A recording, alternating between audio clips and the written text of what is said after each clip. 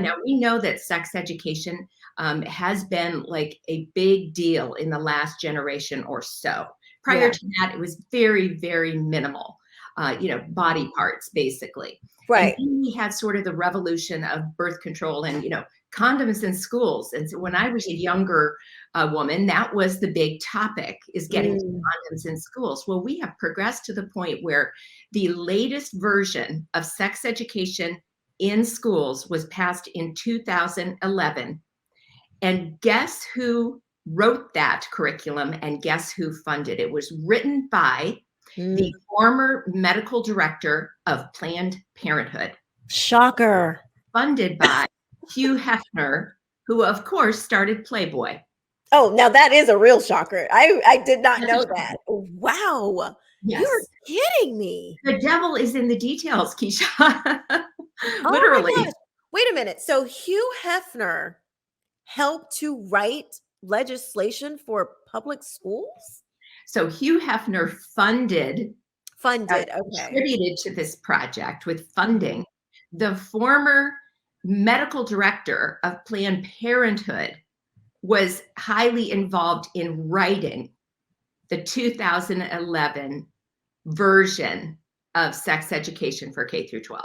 That is astonishing. Being someone who's involved in politics, when I hear that someone funds something, Mhm. I always put them into the box of helping to create the legislation because you know how this goes. If you help fund something, they tend to lean on you for your suggestions. You get to have a little bit more input on these bills and things that get pushed because you help fund it. Mhm. So I am extremely shocked Yes. that would have been even allowed. Why would we let somebody like him get his hands in public education and sex ed?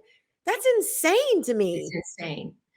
Yeah, and then when you just dig deeper, and we can go on a rabbit trail with this, but these I'm aren't sure. conspiracies or theories because all of this can be backed up with facts, Mhm. historical facts and information.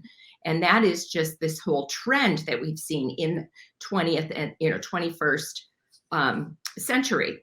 And that is just the fact that we have become very radical in what we're teaching in schools. We've gotten Yeah, away from reading, writing, and arithmetic. I guess they gone. try to fit that in here and there, but it doesn't. Certainly, all of these things dictate the culture. You mentioned critical race theory. Mhm. And so, of course, they love to say they don't teach that. Well, that's because they Right. don't have a curriculum book, a textbook that says critical race theory. Okay, Right. kids, on page 10, but Right. they've built it into the culture. They have trained the teachers on the theory and the precepts of that theory, which is Mhm. basically that your skin color dictates whether you are a racist. If Yep. you are white, you are a racist and you Yep. are an oppressor. And if you are any other shade of black or brown, you are the oppressed. And That's guess it. what? There's nothing you can do to change it.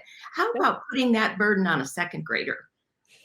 Talk about it's psychological abuse. That's what I call it. Yes, It you are is right. psychological abuse because I can't even imagine hearing that every single day and not you know how it goes. If you Yes, hear something enough, you're going to internalize that thing and you walk it out into your own life.